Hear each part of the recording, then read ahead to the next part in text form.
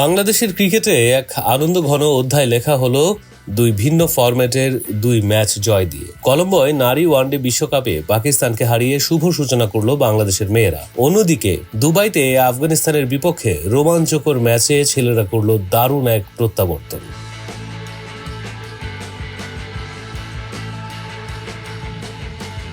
কলম্বোর প্রেমাদাসা স্টেডিয়ামে পাকিস্তানের বিপক্ষে মাঠে নামে বাংলাদেশ নারী দল। শুরু থেকেই ম্যাচের লাগাম টেনে ধরেন তরুণ পেসার মারুফা আক্তার।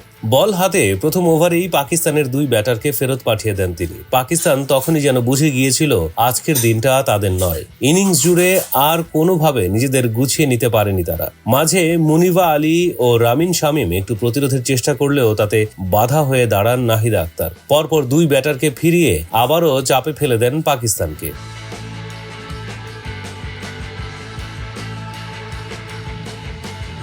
ইনিংসের পরবর্তী অংশ ছিল শুধুই বাংলাদেশের বোলারদের আধিপত্যের গল্প।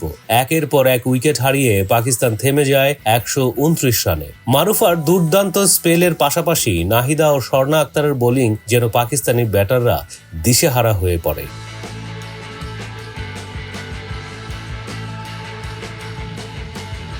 জবাবে ব্যাট করতে নেমে বাংলাদেশ শুরুতেই একটি উইকেট হারালেও কোনো বড় বিপদ হয়নি।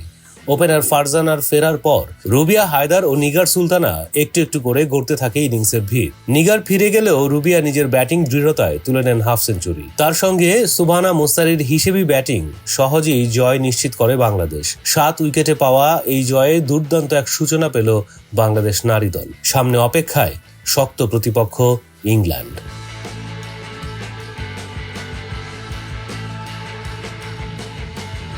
অন্যদিকে দুবাইয়ে দেখা গেল ভিন্ন চিত্র।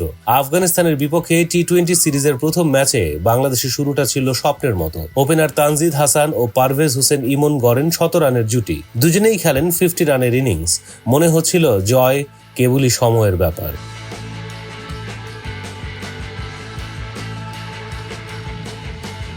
কিন্তু সেই দৃশ্যপট বদলে যেতে সময় লাগেনি। রশিদ খান হঠাৎ করেই ঝড় তুললেন বল হাতে।